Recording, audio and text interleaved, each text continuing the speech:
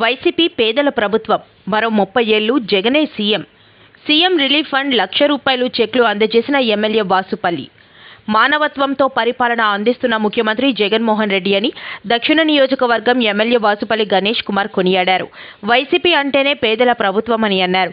గురువారం 32వ వార్డ్ అల్లిపురం కర్నాల వీధికి చెందిన రాజాబత్తుల భానుమూర్తి అమ్మ రాజేశ్వరి మోకాళ్ల ఆపరేషన్ నిమిత్తం ప్రైవేట్ హాస్పిటల్ వైద్యం చేయించుకోగా సీఎం రిలీఫ్ ఫండ్ కావాలని ప్రజా దర్బార్లో కోరగా నేడు ₹70,000 చెక్ను అందజేశారు. తదుపరి 42వ వార్డ్ రైల్వే న్యూ కాలనీకి చెందిన కర్రీ అమ్మన్న బాగోలేని కారణంగా ప్రైవేట్ హాస్పిటల్లో వైద్యం చేసుకోగా సీఎం రిలీఫ్ ఫండ్ కావాలని కోరగా అమరావతి సీఎం కార్యాలయానికి బిల్స్ పంపించి సీఎం రిలీఫ్ ఫండ్ మంజూరు చేయించి నేడు ₹25,000 ఎమ్మెల్యే వాసుపల్లి గణేష్ కుమార్ వారి ఇంటికి వెళ్లి పరామర్శించి చెక్కును నేరుగా అందజేశారు.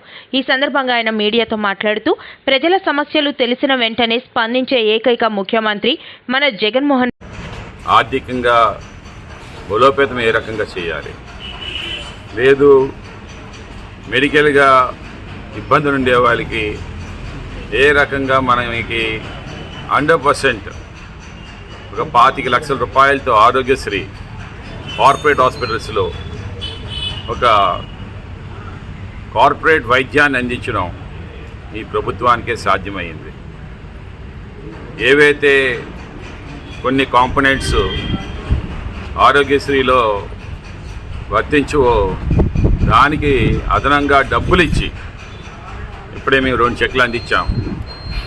శేఖర్ అండ్ కుటుంబానికేమో ఒక ₹25,000, అలాగే భాను వారి అమ్మగారికి ఒక ₹75,000. ఇది నీ ఆపరేషన్ జరిపించుకున్నారు.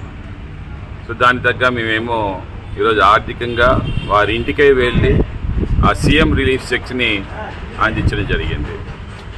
ఇది పేదల ప్రభుత్వం అని చెప్పడానికి నిదర్శనం. అందుకే వైఎస్ఆర్సీపీ ప్రభుత్వం ఇంకొక 20-30 సంవత్సరాలు మళ్ళీ సీఎంగా జగన్మోహన్ రెడ్డి గారే ఉంటారని చెప్పేసి మేము తెలియజేస్తూ ఉన్నాము. 175 నియోజకవర్గాలు గెలుచుకుని ఆ ప్రక్రియలో ముందుకు సాగుతూ ఉన్నాము. మాతో పాటు ఈరోజు 32వ వార్డులో పెద్దల మూలే రామారెడ్డి గారు, అలాగే కృష్ణవేణి గారు, ఇంకా భాను గారు, లక్ష్మి గారు అందరూ సీనియర్ నాయకులతో ముందుకు వెళ్తా ఉన్నాం. అలాగనే 42వ వార్డులో కూడా వెళ్ళాము.